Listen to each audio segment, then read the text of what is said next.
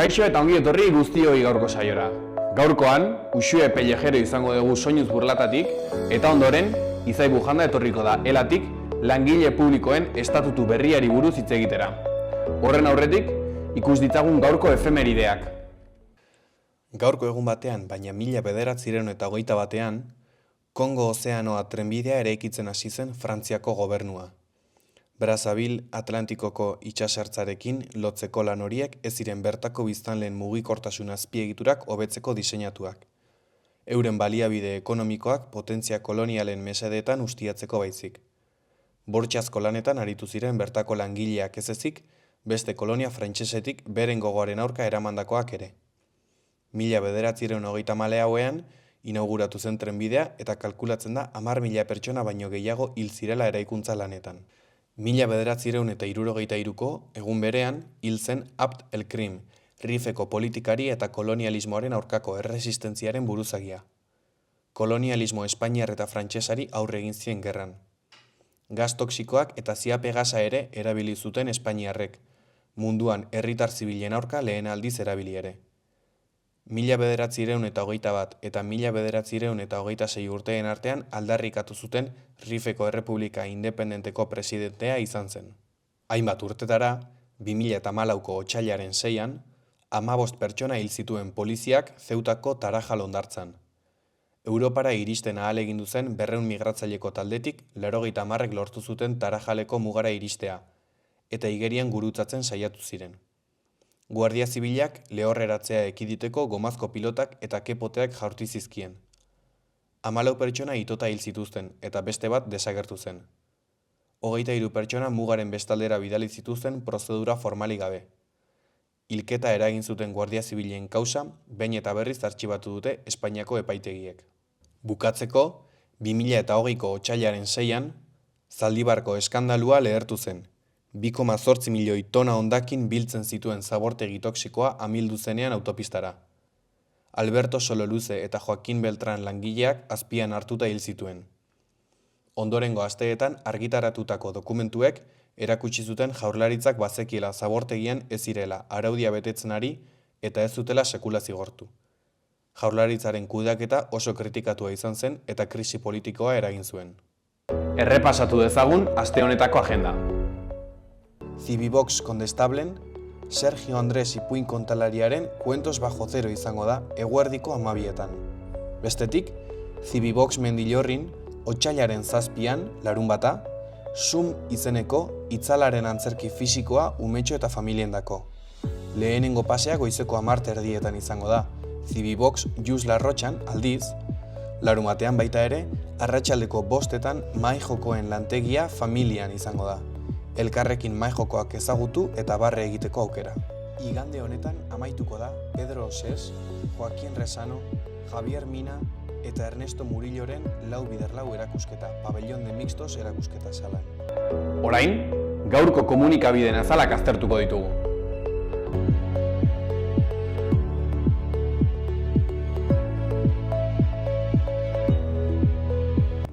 Diario de Noticias egunkarian, horrela dio lerroburu nagusiak. Nafarroan gero eta gehiago dira seme-alabei telefono adimendurik ez emateko ados dauden familien kopurua. Lehenengo puntuan, adituek zalantzan jartzen dute adingabeak sare sozialetatik debekatzearen eraginkortasuna, eta hezkuntzaren alde egiten dute. Bigarren puntuan, neurriak gobernuek plataformen gainean duten botere mugatua islatzen du, adierazi dute. Argazki nagusian, Osasun saileko funtzionarioak eta erradiologia taldea angiografia berriaren ondoan posatzen. Honen titularrean, ikusmen gehiago, inbasio gutxiago. Angiografo berri batek iktus tratamendua hobetzen du HUN-en. Tartean, 7.000 pertsona ebakuatu dituzte Grazalema, El Puerto, Jerez eta Kordobako euriteen ondorioz. Goiko ezkerreko berrian, Itziar Gomezek, Orekaneko zuzendariak dio, Nafarroaren aniztasunak ingurumen politikak ezartzea ahalbidetzen du. Eskuineko berrietan, goian, ardoaren salmentak gora doaz Nafarroan eta inguruko eskualdeetan. Beherago, ia 10.000 eskatzailek aurre egingo diote 585 administrazio lanpostuetarako oposaketa probari. Jarraian, emakumezko gidari bat hilda Bardeetan kamioi baten eta auto baten arteko talkan. Ondoren, 67.000 pertsona iratiko oihanean. Azpian, Mostolesko zinegotzi ohi batek jazarpen sexuala salatu duenak PPren presioa salatu du. Bestetik, Nafarroak alokairua sustatzen du, ondasunen gaineko zerga 80%ko murrizketarekin. Eta azkenik, Alfredo Jaime, Iruñeko alkate ohia, 1981 eta 1985 artean, 83 urte zituela hilda. Diario de Navarra egunkarian, horrela dio lerroburu nagusiak. Txibiteren gobernuko bazkideen arteko liskarra erlijio irakasleen inguruan. PSNek eta Kontigo Zurekinek irakasleen kontratuak babesten dituen legea indargabetzea nahi dute. Geroa baik, zorroztasun falta eta ke gortina sortzea leporatzen die bazkideei. Irudi nagusian, Ignacio Apeztegia Aldundiko kultura zuzendari nagusiak lingoteak seinalatzen ditu arkeologoekin izandako elkarrizketa batean. Honen lerroburua, duela 3.500 urteko dirua tafailan. Gorriz, Tuterako bizilagun bat hilda N121 izandako istripu batean.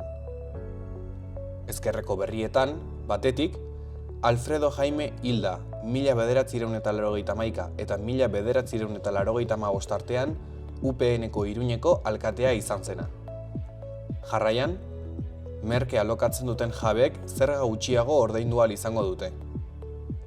Azkenik, Zerdanen arrebak alkate orde izaten jarraitzen du Milagron.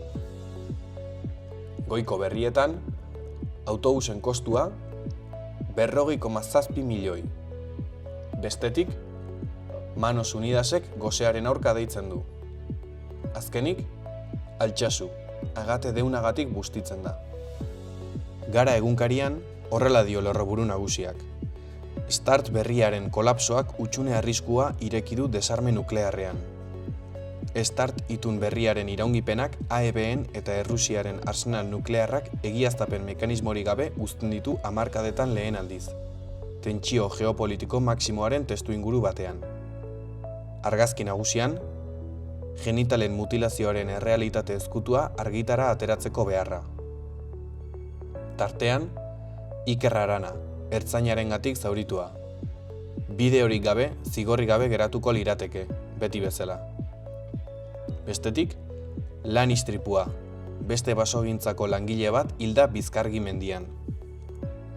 Eskuineko irudian, Joseba Ezkurdia pelotariak dio, bainetetik lasaitasun sentsazioa helarazten digute. Goiko eskuineko berrian, Monika, Nueva Vidako praktikalaria. Jainkoa erabili zuten gu menperatzeko eta beldurra guregan txertatzeko. Berria egunkarian aldiz honela dio lerroburuak. Turistentzako 0,75 eta 5 euro arteko tasak ezartzea onartu dute foro aldundiek. Udalek bilduko dute zerga eta ostatu motaren arabera erabakiko dituzte kopuru zehatzak. Uda honetarako jarri nahi dute indarrean. Argazki nagusian, Ricardo Ugarte, eskultorea. Honen titularrean, eskulturak espazio publikoan egon behar du. Ezkerreko berrian, ziurgabetasun nuklearrera buelta. Iraungi da Start berria, eta AEBek eta Errusiak ez dute elkarren armategiak kontrolatzeko modurik, 50 urtean lehenengoz. Beheko berrietan, adingabei sare sozialak debekatzeko asmoak zalantzak sortu ditu. Ondoan, arartekoak hizkuntza estandarrei eutsiko die. Azkenik, euskaraz aritzea debekatu diete Euskal Herrian euskarazeko kideei Baionako auzitegian. Goiko berrian, Maitane Sagastume, Harrera elkarteko bozeramaileak dio, gure lana egoera zaurgarrian egongo diren presoak identifikatzea da. Euskal Herria irratiari dagokionez, honela diote berriek. Jon García del Val taldea.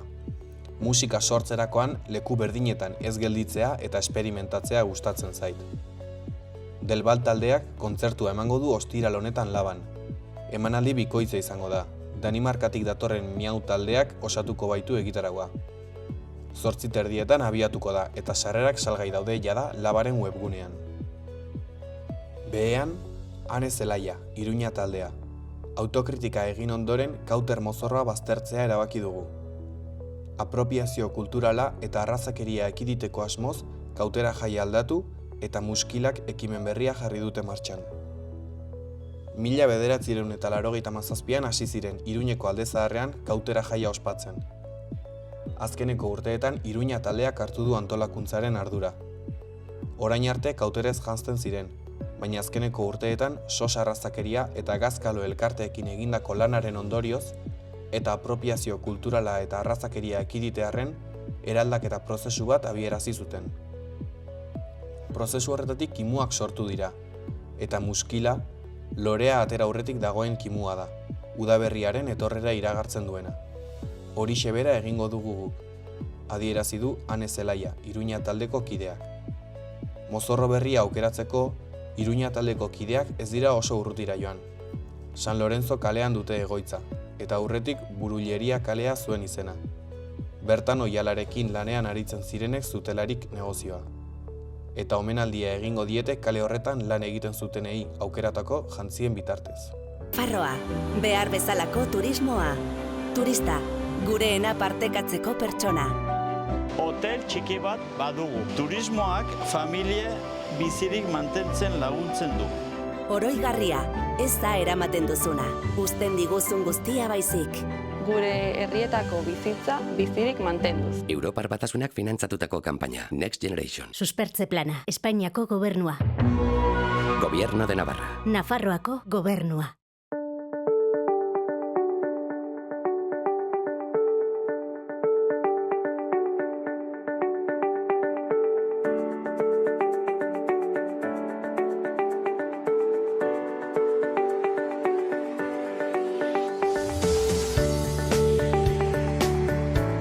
Kaixo Uxue, ongi etorri gurera, zer moduz? Ongi, egunon.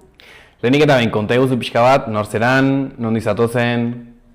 Bueno, ni berez, Burlatako udaleko kultura teknikaria naiz, kulturetxan lan egiten dut eta koordinatzen dut pixka bat,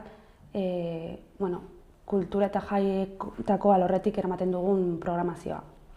Aurkeztu berri ezue, dagoeneko hasia dago ziklo bat, ez? Neguan eta udaberrian zehar egingo dena, Soinuz Burlata. Zer da zehazki ziklo hori? Bueno, Soinuz Burlata da, Burlatako kulturetxan sortu dugun musika egitarau berri bat. Urtarrilean dagoeneko hasi dena, baina maiatza arte musika saio bat eskainiko diguna, ia betero. Eta, saio bakoitzean ikusi ahalko ditugu bi talde. Izenak berak, Soinuz Burlata, iradokitzen du zarata egitea, akaso hori lotu daiteke molestatzearekin, zer iradokitzen du izen horrek, zer esan nahi zenuten?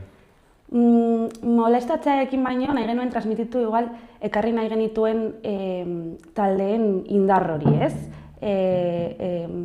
Plazaratu nahi genituen proposamen ezberdinak, eta uste dugu denak oso indartsuak direla, eta hortik dator pixka bat izenaren keinu hori, ez? Gainera, uste dut, interesgarria dela proposamen desberdin hauek ziklo baten aterpean nolabait sartzea, honekin ere lortzen delako pixkat enpakea ematea, bultzatzea egitasmoa, eta guri programatzaileoi ere laguntzen gaitu pixkat helburuak finkatzen. Eta zikloa nola iritsi da orain sortzera? Utxuneren bat ikusi zenuten, beharren bat somatu zenuten? Berberez, Burlatan, alorretik egiten dugun lanari esker eta elkarte askok egiten duten lanari esker, badago urtean zehar egitarau musikal nahiko egonkorra, baina bai somatu genuen, azkenean musika aniztasuna da izugarria, eta somatu genuen pixkat falta hori, aniztasun hori eskaintzeko falta hori pixkat dagoena, eta errotuta dagoena eta funtzionatzen duena nolabait osatzeko. Gero sakonduko dugu pixka bat gehiago, baina labur esan da, doan ikusleak zer aurkituko du bertan? Nik uste dut, justu hori, ez? Zikloaren abiapuntua izan da ugaritasun eta aniztasun hori, eta aurkituko duena hori da. Proposamen anitza. Aipatu duzu zikloa kulturetxean egingo dela, zergatik kulturetxean? uste dugu, sortea dugu ze antzoki nahiko handia dugu, ez? Eta kulturetxean uste dugu eskaini behar dela eskaintza orekatu bat, ez? Disiplina guztiak eskaini behar dira, bai antzerkia, bai dantza, bai literatura, eta musika ere urteko programazioaren adar importante bat da, ez? Horregatik gure antzokian. Eta zergatik musika zuzenean, aipatu dituzu dantza, antzerkia, horrako gauzak, baina hemen Soinuz Burlatan musika zuzenean aukeratu duzue. Bai, nik uste dut zuzenezko proposamenek nolabait laguntzen dutela bai musika, zuzenezko musikak eta baita antzerkiak edo arte bizien edo zein proposamenek lortzen dutela nolabaiteko sortzailearen eta publikoaren arteko konplizidade hori edo konexio hori, eta batzuetan uste dut proposamen artistiko bat, kasu honetan proposamen musikal bat, igual ezin dela bere osotasunean ulertu espazio eta denbora hori konpartitu gabe, zuzenean ikusi gabe, eta hori da pixkat zuzenezko musikaren erakargarritasuna. Orduan esan daiteke zuzeneko musika ez dela bakarrik musika, ez dela bakarrik kontzertu bat. Nik uste dut dela proiektua bere osotasunean ulertzeko kasi modu bakarra. Aipatu dituzu oso estilo ezberdinak lantzen direla zikloan zehar, aniztasuna aipatu duzu pare bat aldiz. Zergatik bilatu duzu aniztasun hori? Nahi genuen pixkat, izan da pixkat esperimentala, ziklo hau sortzea, eta nahi genuena zen estilo ezberdinen arteko elkarrizketa hori nola ematen den ikusi, estilo ezberdinen arteko, behar bada ere ibilbide txikiagoa eta zabalagoa duten taldeen arteko elkarrizketa hori, hizkuntzen arteko elkarrizketa hori, eta guzti hori ere publikoan plasmatu. Nahi genuen ziklo hau publiko guztietara zuzendua egotea, eta proposamen honekin hori bilatzen dugu, eta hori esaten duan nahiko esperimentala izan da, baina hori da pixkat gure helburuetako bat. Apuntatu deneuken hemen hizkuntzen asuntoa aipatu duzu. Nahita aukeratu duzue hizkuntza ezberdinak nahastea, zergatik egin duzue hori? Interesgarria, hori ugaritasuna eta aniztasun hori abiapuntu hartuta interesgarria iruditzen zitzaigun denetarik eskaintzea eta nolabaiteko zubiak eratzea. Horregatik interesgarria iruditzen zitzaigun aniztasun linguistiko hori zikloan integratzea. Eta ze garrantzi dauka musika programa batean, kasu honetan Soinuz Burlata, baina orokorrean musika programa batean euskara egoteak? Guretzako,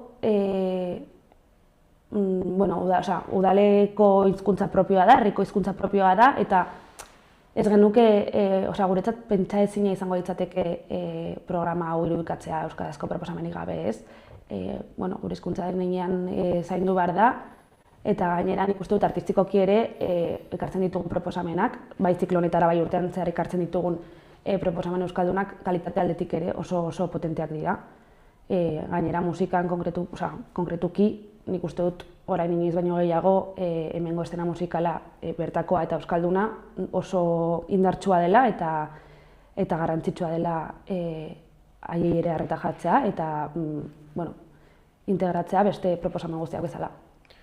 Aniztasuna aipatzen duzu estilo aldetikan, hizkuntza aldetikan, proiektu aldetikan, bilatzen duzuen nolabait publikoari sorpresa bat sortzea edo besterik gabe horrela sortarazi da?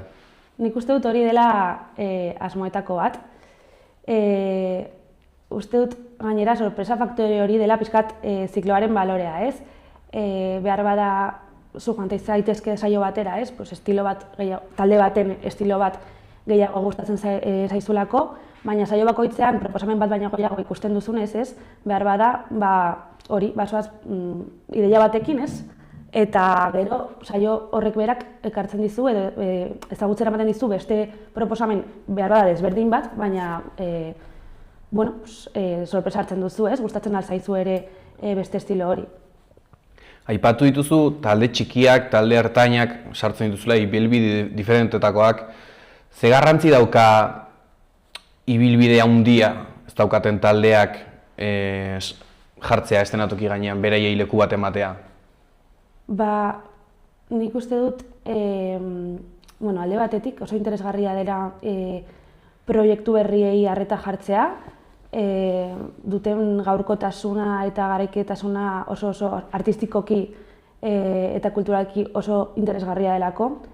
Eta gero ere, behar bada zailtasun gehiago dituzten talde horiei plaza hori ematea, interesgarria iruditzen zaigu, ez? Eta proposamen berri hauek ibilbide zabalagoa duten taldeekin nahasteak ere, inkluso bata bestea elika dezake, ez?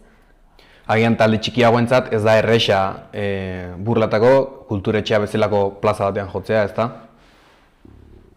Intentzioa da, geroz eta ez dakit eskuragarriagoa izatea horrelako proposamen, horrelako espazioak horrelako taldeentzat, ez?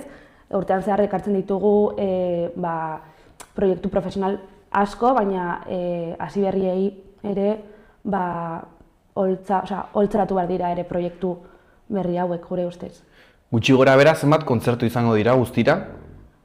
Saio bakoitzean 2 dira, lehenengoan 3 izan ziren, orduan kalkuloa ongi egiten badut 11 kontzertu dira, osotara. Eta ze irizpide erabili duzue 11 proiektu horiek aukeratzeko? Egia esan, alorrean egin dugun talde lana izan da.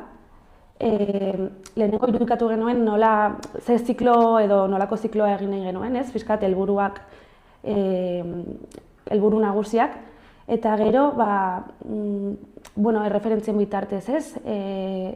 Hori, lankideen artean, ez? Behar bada, batek justu ikusi berri zuen talde bat, ezaki non, jarri genituen pixkat mahai gainean proposamen ezberdinak, eta aztertu genuen nola, Tetris moduko hau nola egin, ez? Ematen du pixkat koktelera moduko bat egin dugula, baina zikloaren helburuak oinarritzat hartuz, ez? Eta horrela sortu da pixkat Tetris moduko bat eginez. Aipatu duzu, interesgarria dela estilo diferenteak uztartzea, ibilbide diferentea dituzten taldeak, ze garrantzi dauka hizkuntza edo jatorri diferentea dituzten taldeak elkartzea? Nik uste dut tokiko proiektuak ezagutzea beti interesgarria dela. Eta, kanpoko proiektuak ekartzea da, kanpora begirada bat, ez? Eta haien arteko sinergiak sortzea, polita da. Lehenengo egunean, urtarrileko kontzertuetan, okerrezmenago 3 talde gazteei aritu ziren. Zerbait esan nahi du horrek ziklo honen espirituaz? Bai, nik uste dut baietz, ez? Justo 3 talde hauek talde gazteak ziren, proiektu berriak ziren, eta hori da pixkat indartzen saiatu garena.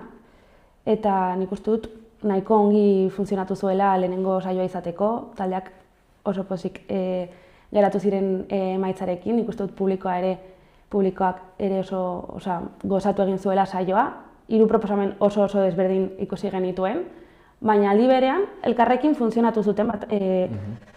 Orduan, nik uste dut hasteko modu bikaina izan zela. Nik uste dut denok harrituak utzi gintuen, eta bai, interesgarria izan zen, eta horrela hastea zarata egin zuten, eta soinu bat zuten, eta bai, oso polita izan zen. Gau horretatik zer izango zen nabarmenduko zenuken punturen bat? Niretzat, nik uste dut bilatzen genuen gauza bat, lehenengo saiotik bai burutu zela, dela publikoan aniztasun hori aurkitzea. Niretzat, nabarmenduko nukena da jende gaztea hurbildu zela, baina adin guztietako jendea zegoen, aurrak bazeuden, jende gaztea zegoen, behar bada normalean ez gaude ohituak jende hain gaztea antzokian ikustera, eta jende heldua ere zegoen orduan, nahasketa hori sortu zen eta hori nabarmenduko nuke. Gaur beste saio bat daukazue, otsailaren 6 gaur ostirala, beste saio bat. Ze estilo mota ikusiko dira gaur? Gaur ikusiko dugu rock blues estiloa. Montana Stomp taldearekin eta The Rock Drill taldearekin. behar bada, burlata blues bar elkarteak egiten duen lanari esker, ohituagoak gaude estilo hau entzutera, eta behar bada, etorriko den jendea ere, ohitura hori baduen jendea izanen da, baina, euskalo. Zein da etorriko den jendea, ze publiko mota espero duzu erakartzea gaur? Rockeroak, blues jarraitzaileak, eta, espero dut, normalean, horrelako egitasmotara joaten den jendea, ez? Burlata blues barrek egiten dugu urtean zehar programazio oso interesgarria eta oso potentea, eta espero dugu, ohitura hori dagoenez, ez? Gaur ere nabarmentzea. Martxoko eta apirileko egunetan, kontzertu pixka bat dantzagarriagoak, mugituagoak espero dituzue? Barbara desberdinak, bakoitzan ikustu bere estiloan, ez? Martxoan izango dugu Lilo eta Las Jirafas, izango dela behar bada mugituagoa, ez? Edo, beste estilo batean, baina igual alaiagoa, popa, disko, guateke modukoa. Eta apirilean izanen dugu Raúl Vital, behar bada lasaiagoa izanen dena, gertuagoa, suabeagoa, india jorratzen du Raúlek, eta puntuta koma, eta Rabiako taldea, nik uste dut gaineragoa izanen dela, eta zentzu honetan mugituagoa bai. Eta maiatzekoan, okerrezmanago nazioarteko talde bat daukazue, zer esan nahi du horrek zikloarentzat? Nik uste dut bilatzen genuen ugaritasun hau osatzen duela nolabait, kanpora begirada bat da, talde honek ere burlata mapan jartzea interesgarria iruditzen zaigu, eta behar bada zikloaren brotxe moduko bat izan daiteke. Pasatako gaua kontuan hartuta eta datozen gaua kontuan hartuta, badago gauren bat zuk apuntatu daukazuna bereziki egutegian gogo bereziak dituzunak ikusteko edo? Niri pertsonalki, gogo handiak ditut Liloren kontzertua ikusteko, ze diska berria aurkeztuko dute ziklo honetan. Orduan, jarraitzen dituanez gogoak ditut haien lan berria ezagutzeko.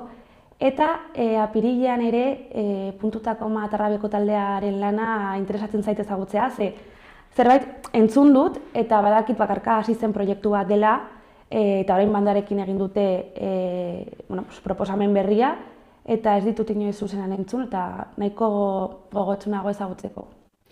Imaginatzen dut, daukazuen aniztasunarekin publikoa anitza ere espero duzuela.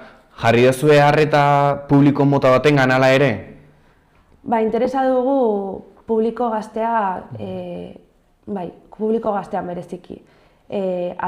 Zikloa mundu guztiari zuzendua dago, baina egia da batzutan ez dakit kostatzen da jende gaztea antzokira hurbiltzea, eta zikloarekin nahi genuena da jende gazteak espazio hau ere haiena sentiaraztea, ez? Identifikatzea espazio horretan haientzako gauzak ere egiten direla, gauzak gertatzen direla, eta behar bada inoiz hurbildu ez den pertsona bati espazioa ezagutzera ematea, eta behin ezagututa jakitea gauza gehiago ere egiten direla. Guk urtean zehar programatzen ditugu gazteentzako eta helduentzako zuzenduak dauden gauza pila, baina egia da normalean jende helduagoa hurbiltzen dela. Orduan, behin espazioa ezagututa eta behin proposamenak ezagututa behar bada sentiarazi alda, ez? Espazioa ere haiena badela. Hasieran ere aipatu duzu, kostatzen dela gazteak kulturetxera antzokira gerturatzea, zergatik da hori, zer gertatzen da hor? Jakingo bagenu. Haiek ere kanpoan eskaintza asko dituzta, gainera Burlatan ere badago gaztelekua eta hor ere badituzte jarduera pila bat.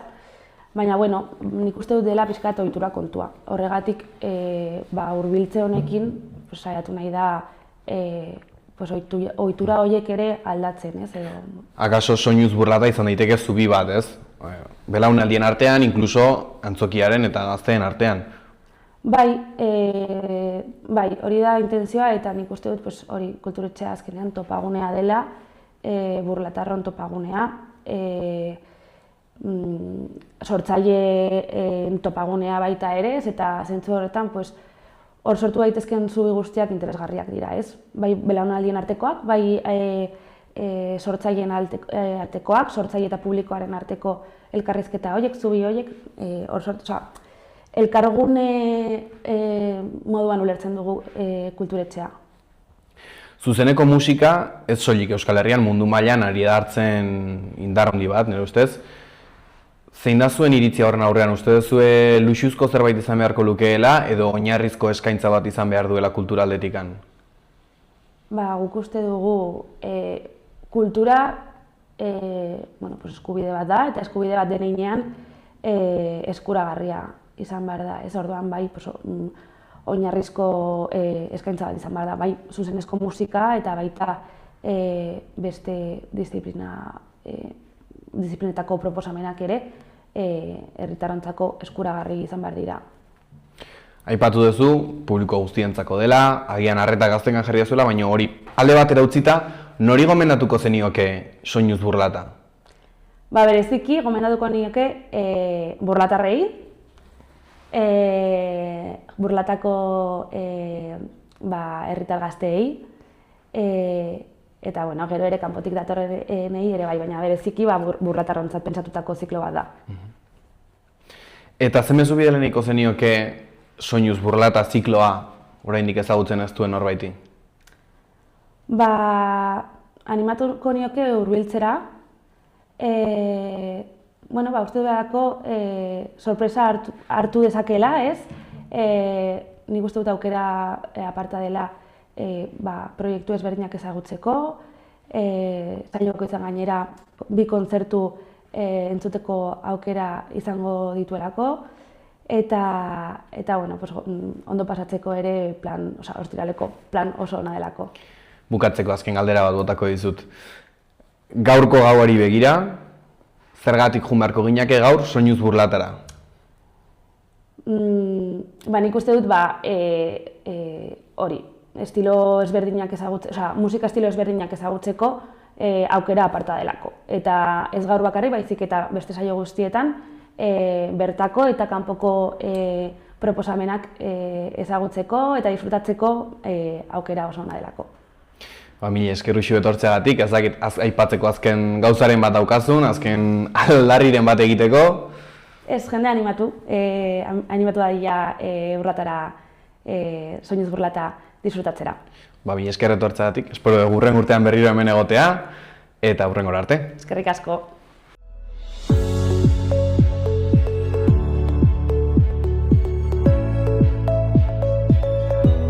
Gaur ere, hego osagaiko haizea nabaria izango da, eta egun osoan hego-mendebaldetik indartsu joko du. Haize bolada zakarrenak goizeko lehen orduetan espero dira. Euria urriagoa izango da eta zaparradak tarteka eta noizbehinka baino ez ditu egingo. Bereziki barnealdean bustiko du eta egunaren bukaeran probabilitatea handiagoa izango da. Elur maila baliteke 1200 metro ingurura jeistea. Temperaturan ez da gorabehera handirik espero. Larun batean, giro nahiko lasaia izango dugu, eta zaparradak egin ditzake egunaren bukaeran. Eguneko ordurik gehienetan hodeiak eta ostarteak ikusiko ditugu. Urdinguneak zabalagoak izango dira kostaldetik gertu. Arratsaldeak aurrera egin ahala, hodeiak ugaritzen joango dira. Fronte bat sartuko da hegoaldetik eta gauean euritara joko du. Egunaren hasieran hego-mendebaldeko haizea indartsu ibiliko da, eta arratsaldean hegoaldekoa edo hego-ekialdekoa nagusituko da eta indarra galduko du. Temperatura maksimoek berdintxo jarraituko dute, eta minimoak zertxobait jaitsi daitezke. Inork ez du itsasontzirik eraikitzen berak bakarrik, ez da auzoa hobetzen ere auzotarrik gabe. Elkarlanean ari gara. Modu bakarra baita etorkizun bidezkoagoa eraikitzeko, gizatiarragoa. 1.100.000 pertsonako taldea gara eta sinesten dugu batela komunitatea, enpresa, kultura, lurraldea, aurrerapena eta banka egiteko beste modu bat. Laboral Kutxa, bada beste modu bat.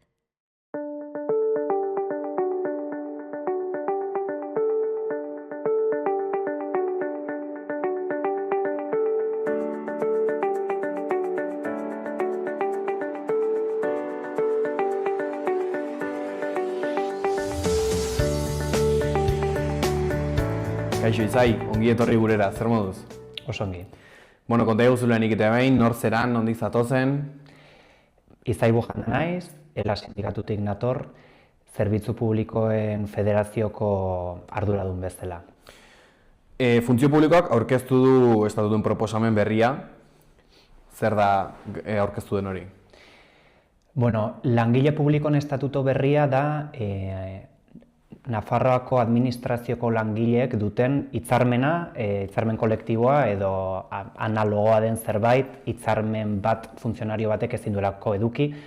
Termino igual formal editan sartu gabe, bai da langile publikoen lan baldintzak arautzen dituen testua.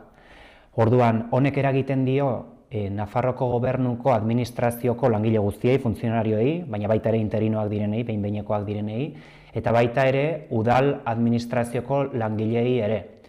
Badagoelako estatutoan bertan, adierazpen bat, xehetasun bat esaten duena aplikagarri izango dela udaletxetan baita ere. Orduan, estatutu honek daukan inpaktua oso handia da, arautzen dituelako 35.000 langile baino gehiagoren lan baldintzak, eta garrantzia handiko testua da 1983tik ez delako testu berriturik egon. Partxeatu egon da, 83an atera zen testutik, eta sartu dira aldaketa batzuk, baina lehenengo aldia da funtzio publikoak aurkezten duena testu bat berria dena eta lege proposamen bezala edo aurkeztuko duena gobernu honek hala dio behintzat legislatura hontan. Aipatzen duzue ez dagoela hobekuntzarik proposamenean. Zergatik diozue hori? Ikusten duguna da, gure ustez, estatuto berri bat beharrezkoa da, lehengoak ez digulako balio eta kritikoa agertu izan garelako askotan, Nafarroak behar lituzken eskumen historiko horiek ez dituelako testuak jasotzen eta uste dugulako garaia dela Nafarroak bere gain hartzeko bereak diren kompetentziak eta testu berri honek ez du ezer aldatzen aurrekoarekiko. Ez ditu lan baldintzetan benetan esanguratsuak diren gaiak jorratzen. Guzti hori estatuari ematen diolako. Esaten dena testu berri hontan aurrekoan esaten zen bezala, estatuak jartzen dituen mugak errespetatzera mugatuko dela estatutu berri hau. Guretzat hori oinarrizko akats bat da, guk exigitzen diogulako gobernu honi edo dagoen gobernuari hemengo langile publikoen eskubideak hemen erabakitzea. Gainontzeko guztiarekin ez gara ados egongo, iruditzen zaigulako frankizia moduko bat dela orduan Nafarroa eta Madrilek ezartzen dituen muga guztiak errespetatzera kondenatua gaudela. Orduan, gure abiapuntua testu honetan eta baita ere Nafarroko gobernuak funtzio publikoarekiko arautzeituen beste testu guztietan esaten duguna da Nafarroak bere gain hartu behar dituela esaterako soldaten igoerak adosteko kompetentzia, zenbateko igoera edukiko duten hemen langileek, behin-behinekotasuna murrizteko hartu behar diren neurriak hemen hartzea estatuan markatzen diren irizpidetatik kanpo edo horren gainetik, edo Europako tribunalek esaten dutena aparte edo horren gainetik hemen kompetentzia horiek jasotzea, onartzea eta hemen ezartzea. Eta honetaz gain baita ere eskatzen dugu, ja ez estatuak blokeatu dezaken esparru edo anbito batzuk, hemen oso propioak diren beste anbito batzuk falta dira estatutu hontan, esaterako euskararen normalizazioa.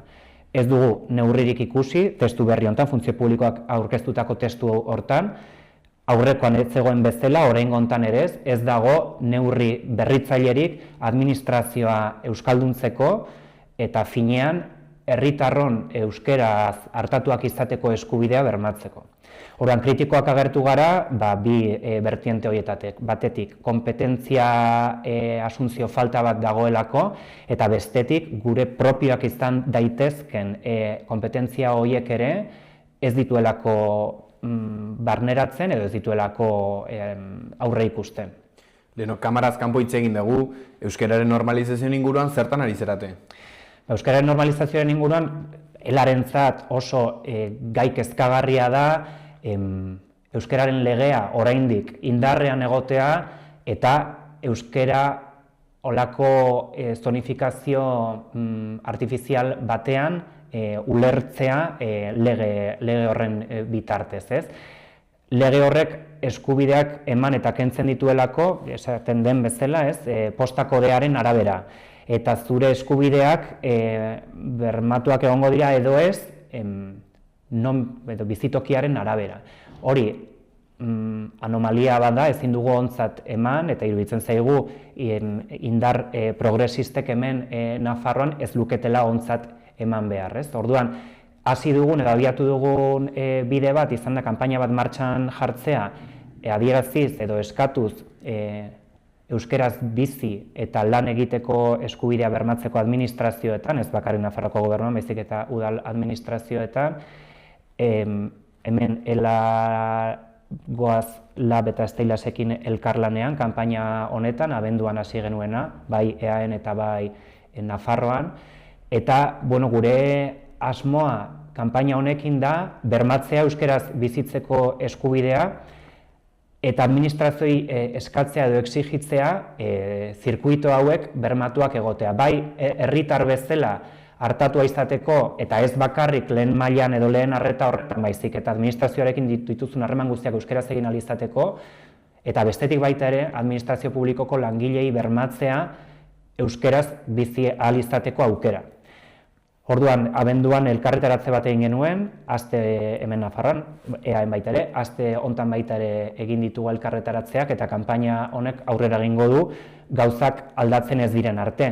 Legealdi hontan gertatu dena izan da euskararen dekretu berri bat onartu zela, gobernuak onartu zuen, hemen esteilasekin batera elegite bat jarri genuen dekretu honen kontra ulertzen genuelako eskubide linguistikoak urratzen zituela, estimazio partzial bat eduki genuen sententzia bitartez, baina gehiengoak, dekretuaren gehiengoak edo testuak arautzen dituen esparru gehiengoak indarrean daude, eta gu kritiko gara dekretu horrekin iruditzen zaigulako euskararen legea dagoen bitartean dekretu batek egin beharko lukena dela euskararen lege horren ondorio nozibo horiek neutralizatzea moduren batean. Eta kasu honetan, dekretu honek egiten duena, iruditzen zaiguna da, euskararen lege horrek dituen ondorio horiek larritu edo okerragoratu, ez? Orduan, dekretu honen kontra baita ere, ze hau administrazioarekin zerikusi handiko gaia da, dekretu honek arautzen dituelako administrazioan sartzeko ze meritu hartuko diren kontutan, meritu linguistikoak eta bar, eta hor dago euskararen balorazioa, ez? Guretzat gutxiegikoa da, edo gutxiegi baloratzen den zerbait da dekretu honetan, eta hau baita ere, kanpaina honetara eraman dugu, euskararen aldeko, edo euskaraz bizi eta lan egiteko aldarrikapen horietan, txertatu dugun beste aldarrikapen bat da. Orduan, euskararen normalizazio eskaera horretan, kanpaina honetan, esan bezala batetik dago euskararen legea bertan bera uztea, dekretua bertan bera uztea eta beste berri bat onartzea Nafarroan eskubide linguistikoak bermatuko dituena. Eta gero baita ere, iruditzen zaigu PAI bezalako programak hezkuntzan desagertu behar direla, administrazioak hartutako erabakiak direlako eta euskararen kontra sortutako programa bat delako. Orduan, aldarrikapen hauekin euskararen inguruan ari gara ziklo batean, mobilizazioak egiten eta ikusiko dugu noiz eta nola bukatzen dugu, baina gauzak aldatzen ez baldin badira jarraituko dugu kalean. Aipatu berri duzu PAI orain, zer esan nahi du PAIk eta zergatik da inkezkagarria? PAI programa bada hezkuntzan sartu zena Barzinaren gobernu garaian, eta gobernu horretatik edo UPNetik esan zen bezala euskararen eragina edo kontrarrestatzeko edo neutralizatzeko programa bat bezala sortu zen. Programa de aprendizaje de idiomas esango nuke dela de inglés, esango nuke direla siglak horren barneratu daukat PAI, oraintxe bertan izkiak ez dakidala nondik datozen ez, baina inglesaren murgiltze eredu moduko bat sustatu nahi izan zuten, inglesa sartuz, hizkuntza tronkal bezala, eta honek aparte euskararen kontrako eta A ereduaren kontrako programa bezala sartzeaz gain, eragin duena izan da, pedagogikoki ona ez den programa bat hezkuntzan oso barneratua egotea. Geroz eta gehiago, estatutuan esaterako estatuto berrian aurre ikusten da, programa bezala, kronifikatzen dela salatu dugu elatik, eta iruditzen zaigu ez duela balio ez inglesa ikasteko, eta balio duela batez ere euskara desagertarazten saiatzeko hezkuntza eredutik, ez? Eta elatik bai iruditzen zaigu ezinbestekoa dela nafar guztiok hezkuntzan zehar, gure ziklo guztietan, euskararekiko hurbilpen minimo bat edukitzea, arrotza ez dadin izan hemengoa den hizkuntza bat. Utziko diazu pixka bat sakontzen zonifikazioaren asuntoan. Azken egunetan jende asko, mendik pasa diren askok salatu dute, zuek ere salatzen ez zonifikazioa. Laburki, zer suposatzen du zonifikazioak edo zer suposatuko luke zonifikazioak kentzeak? Zonifikazioa sortarazten du hasteko euskara ofiziala ez izatea herrialde osoan, ez? Nafarro osoan. Orduan hor gertatzen dena da, ofiziala ez den heinean, ez dela exigiblea esaterako administrazioan, ez? Osea, hau da zonifikazioaren zentzu hori, gero matizaketa egon daitezke egunerokoan, administrazioa zerbitzu zentralizatua baldin baditu, eta bar. Baina honen logika da, euskara ofiziala, edo zonifikazioaren logika da, euskara ofiziala ez den esparruetan edo zonetan exigiblea ez izatea, inorentzat. Orduan, nafar bat Koreian baldin badago euskaraz bizi nahi duena, topatzen duen inguru guztia hostila da, ez dagoelako ezer euskara den alde egingo duenik, ez? Ezin da publikorik, ez hezkuntzan, ez administrazioan, ez inon.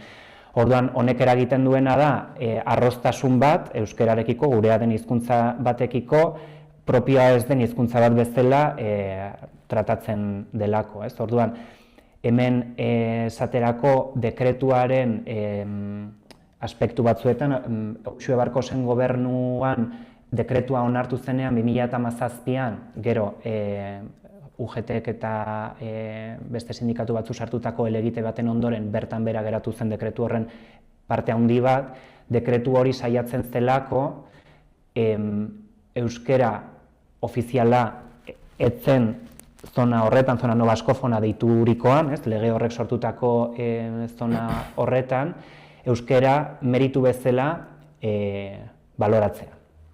Dekretuaren saiakera helarentzat nahikoa ez bazen ere, ikusi genuen aurrera pauso bat zela. Zona ez baskofono deiturikoan euskara baloratzea. Zer gertatzen da, epaileek zesan zuten, lege bat dago esaten duena hor ofiziala ez dela euskara, orduan ezin da egin balorazio bat euskararekiko merito bezala administrazio publikoan sartzeko. Orduan, merito bezala existitzen ez denean, oraindik gutxiago existituko da perfil linguistikoa daukan lanpostu bat, hau da euskara jakin behar izatea lanpostu hortan sartzeko. Orduan, egiten ari garena da, elebakar den administrazio bat zentzu zabalean, zerbitzu publikoak dira finean, dago osasungintza, dago hezkuntza, dago ongizate soziala, dena da hori. Orduan, eliminatzen da, borratzen da euskararen existentzia, ez bada norbaitek dakiela bere kabuz ikasi duelako. Orduan, errebindikazio politikoa da, honek zerbait soziala orokorra izan behar duela, eta zerbitzu publikoetan gainera, abanguardia izan beharko litzatekela neurriak hartzeko euskerak geroz eta implementazio handiagoa edukitzeko. Orduan, uste dut asko luztatu naiz, baina azalpena hori izan daiteke pixkat arriskua dela zonifikazioarekin euskara desagertzen joatea ofiziala ez den esparrutan. Estatutura itzulita, KPI-ari lotutako soldata igoerarik ez da aurre ikusten, okeraz banago, zer esan nahi du horrek eta ze ondorio izan ditzake? Soldata igoerak funtzio publikoan gaur egun estatuak markatzen ditu, estatuak markatzen ditugunen esaten dugu, Madrilgo Kongresuak ezartzen du aurrekontuen bitartez langile publikoen soldata igoera maksimoa zein izango den. Eta hori gero komunitate autonomoetara eramaten da, eta hemen Nafarroan aplikatzen da, estatuan onartzen dena. Honek ekar dezake, eta ekartzen du, eta ekarri izan du azkeneko urtetan, erosalmen galera oso garrantzitsua, KPI-aren azpitiko soldata igoerak ezarri direlako eta onartu direlako estatuan, eta hemen Nafarroak ez du beste ezer egin soldata horiek gorago igotzeko, gutxienez, erosalmena ez galtzeko, ez gara ari esaten, geroz eta diru gehiago edukitzea, baizik eta daukazun dirua mantentzea, etxe bizitzaren prezio igotzen den bitartean, edo erosketa elikagaien prezio igotzen den bitartean. Orduan, oraingo estatutu honek ere ez du bere gain hartzen langile publikoen soldata igotzeko konpetentzia hori, estatuari oparitzen dio, edo estatuak ezartzea ontzat ematen du, eta honek ekarri digu orain arte 1,5ko galera edukitzea, erosmen galera langile publikoek. Orduan, salatzen duguna elatik da, estatutu honek ez duela aurre ikusten KPI-aren araberako soldata igoerarik, batetik, eta bestetik gainera estatuak ezartzen duena ontzat ematen duela. Orduan, KPI-aren araberako soldata igoerarik ez aurre ikusteak dakar pobretzea, langilearen pobretzea. Aipatu dituzu, hainbat utxune topatzen zen dituztela estatutuan, horietako bat, hau beste bat euskararen normalizazioa, eta beste hainbat utxune, ze mezu bidaltzen diozue gobernuari? Bueno, azkeneko bileran, Mai Orokorrekoan aste honetan eduki duguna, esan genion funtzio publikoari, funtzio publikoak abenduan aurkeztu zigun estatutuaren zirriborroa. Eta horren ondoren, elatik 120 alegazio egin ditugu. Ez dira ontzat eman, ez dira onartu, eta ez zaigu azaldu ere, banan zergatik ez diren ontzat eman ziren azkeneko bilera honetan, erantzun orokor batzuk, baina badakigu ze logika dagoen horren atzean, ez dutela edo ez dagoela nahirik apostu sendo bat egiteko hemengo langileriaren lanbaldintzak aldatzeko eta finean zerbitzu publikoen kalitatea hobetzeko. Segidismo bat egin nahi da aurreko testuarekin eta gauzak gehiegi ez aldatu ez. Orduan guk funtzio publikoari esaten geniona da oraindik testua definitibotzat ez emateko eta gure alegazioa kontutan hartzeko, berri ikusteko, ikertzeko eta ambizioa edukitzeko baita ere behar denarekin negoziatzeko. Ze guk ez dugu ontzat ematen esaten denean, estatuak hau esaten digu. Estatua izango balitz bezala agente bat interlokuziorik edo onartzen ez duen edo existitzen ez dena. PSOEko gobernua dago Madrilen, PSNeko gobernua dago hemen, Geroa bai eta Kontigo zurekin ekin hemen Nafarroan kasu honetan, eta baita ere Sumarrekin estatuan, ez? Baina gero egia da aurrekontuak onartzen dira bai Madrilen eta bai Nafarroan indar politiko ezberdinen bitartez, eta estatuan dauden erabakiak negoziazio politikoen bitartez hartzen dira. Osea, borondate politikoagatik eta hola erabaki zelako, estatuak dauka kompetentzia hemengo langile publikoen soldatak arautzeko. Erabaki hori hartu zen bezala, bertan bera geratu daiteke. Orduan guk hemengo gobernuari esaten diogu, estatuarekin egin dezala, egin behar duena, ze hori da bere papera, hemengo langileen eskubideak defenda ditzan. Orduan gure eskaera hori da, testu hau ez dezala ontzat eman aurkeztu diguna, eta egin dezala egin behar duena gure alegazioa kontutan hartzeko. Claro, badakigu gure persuasio maila igual ez dela nahiko genukena, baina gure intentzioa hori da, 120 alegazioa kontutan hartzea eta testua berriro hastea eta negoziatzea behar denarekin. 120 alegazio horiek ontzat hartu gabe, zein aurrengo pausoa? Alegazio gehiago jartzea, mobilizatzen jarraitzea? Bai, orain ikusi behar dugu zer egiten duen funtzio publikoak. Datorren astelenean berriro daukagu Mahai Orokorra, eta hor bozkatuko dugu sindikatuok testuaren inguruan, aldeko edo kontrako bozka. Orduan, hor funtzio publikoak erabaki beharko du baita ere zer egin testu honekin. Ze aurreko bileran esan zigutena izan zen, ELA eta LABek jada ez dugula gehiengoa, eta horrek pensatzen dugu esan nahi duela AFAMNA Komisiones eta UGT ados baldin badaude testuarekin aurrera egingo dutela. Guk erabaki hau ez dugu ontzat ematen, iruditzen zaigulako funtzio publikoak egin dituen kalkuloak oso bideratuak daudela gehiengo hori lortzera. Eta nahi duena dela mahai orokorreko gehiengo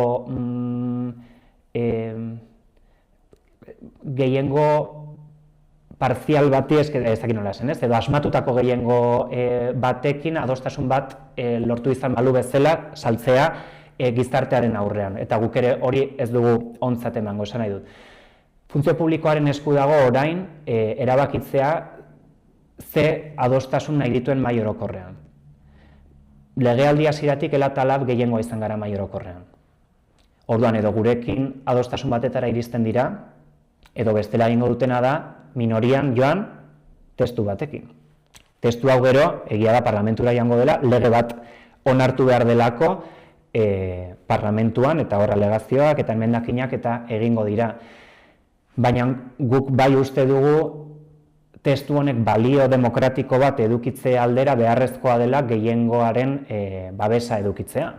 Eta horretarako negoziatu beharko lukela gurekin eta labekin funtzio publikoak. Hola ez baldin badu egiten, gutxiengoan baldin badu, eta gainera testu hau baldin bada definitiboa dena, noski aurrera egingo dugu behar diren mobilizazioekin gure estatuto proiektua edo ditugun alegazioak aurrera eraman arte edo lortu arte. Bukatzeko Izai, mezu labur bat Nafarroako langileriari bidaltzeko? Nafarroako langileri guztiari. Publikoari nahi bali badezu. Bale, bueno, esango nieke langile publikoei adi egoteko egun hauek oso klabe direlako, iruditzen zaigula momentua dela funtzio publikoak ala erabaki duelako negoziazioan presioa areagotzeko, estatuto berri bat egongo dela dirudi edo tramite hori aurrera eramango dela badirudi, gutxienez parlamentura bidaliko dela, eta orain aprobetxatu behar dutela langile publikoek azkeneko urteetan eduki ditugun aldarrikapen horiek estatutu hontan txertatzeko. Hau delako hitzarmen edo eduki dezakegun hitzarmen bakarra. Orduan, 1993tik 2026ra ez da testu berririk egon. 2026an testu bat egongo bada gutxienez jaso ditzala hemengo langileriaren aldarrikapenak. Mil esker Izai etortzeagatik, ez dakit azkeneko zerbait aipatu nahi duzun, bukatu horretikan. Ez uste dut esan dudala, esan beharreko, eskerrik asko zuei. Mil esker etortzeagatik eta hurrengora arte. Esker. Inork ez du itsasontzirik eraikitzen berak bakarrik, ez da auzoa hobetzen ere auzotarrik gabe. Elkarlanean ari gara. Modu bakarra baita etorkizun bidezkoagoa eraikitzeko, gizatiarragoa. 1.100.000 pertsonako taldea gara eta sinesten dugu batela komunitatea, enpresa, kultura, lurraldea, aurrerapena eta banka egiteko beste modu bat. Laboral kutxa, bada beste modu bat. Izan da gaurko saioa, mila esker gurekin egoteagatik. Bihar arte.